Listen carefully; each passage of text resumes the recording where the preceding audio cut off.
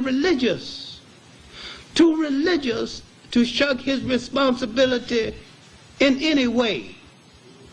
I'm saying that that was a truly great religious period of man. But once these foreign clowns began to organize and misinterpret what the great Nile Valley African thinkers had and began to slap names on them and began to make political and military use of them, that's why the whole thing went wrong. Now, when we look at Islam, where the brothers go wrong, that every time they move from one religion to another, they think the new religion has been with us forever. It is the newest of the world's religions and the last one to come into the mainstream of historical consideration. And when you separate it from Arabism, if you can, and it is difficult, I must admit, but when Islam moved over into North Africa,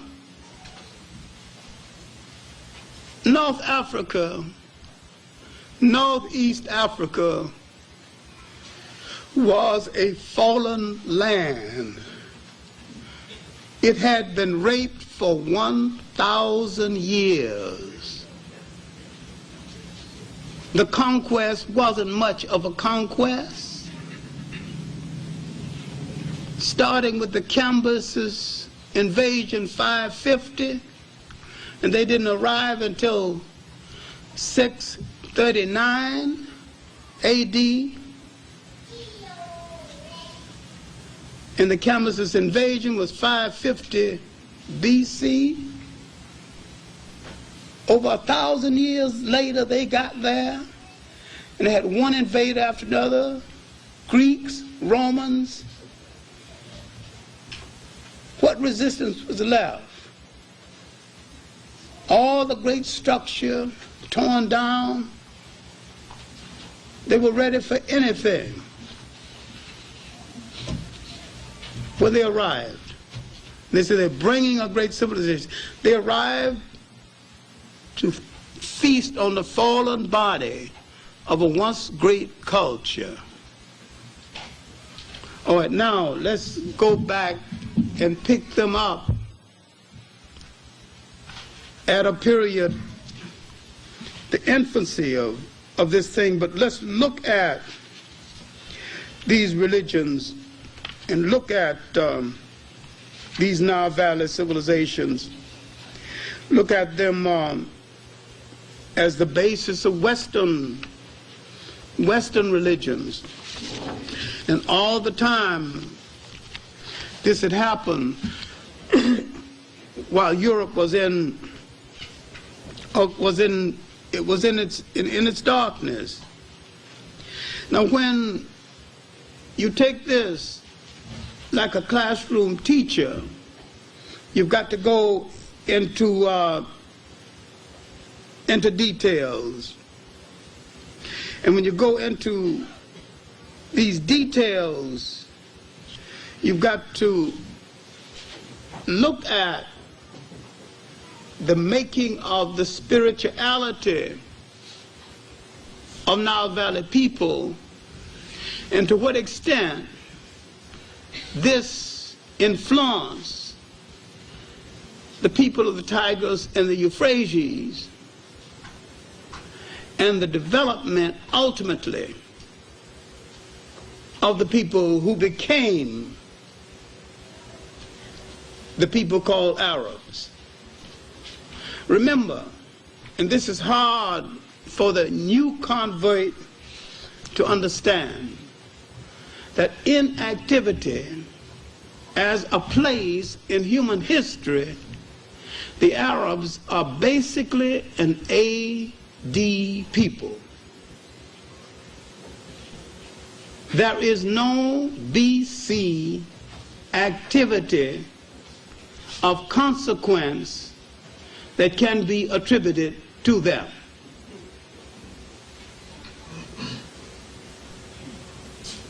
Now, if you want to build a religion around them that has been there forever, and if you want to say, as some brothers have said, God created the first Muslim, his name was Adam, I don't know what you're talking about.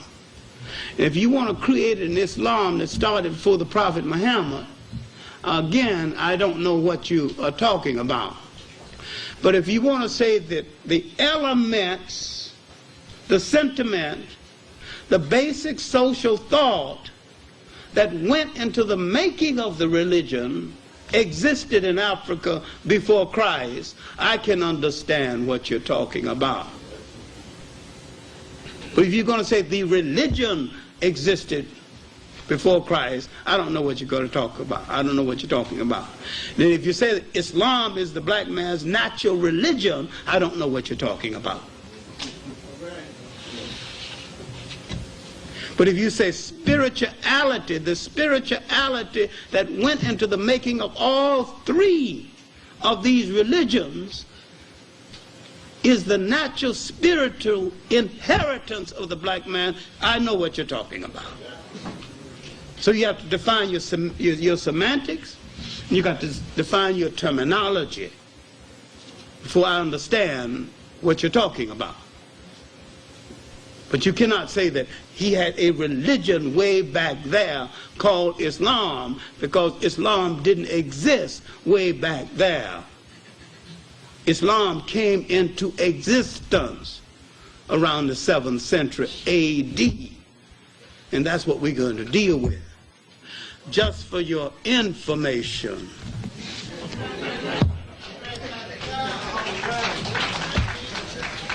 Some people never seen the Quran. This is it, in English and in Arabic.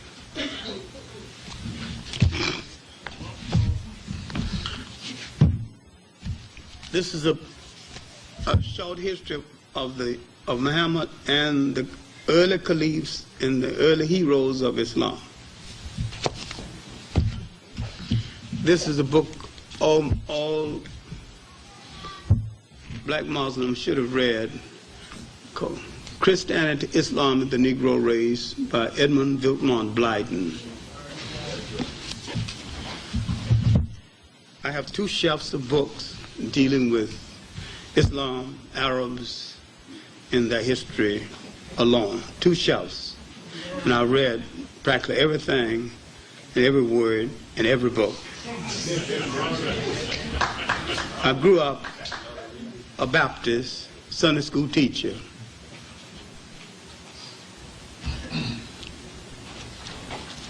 I belong to an African spirituality. I respect all religions when they practice what they preach.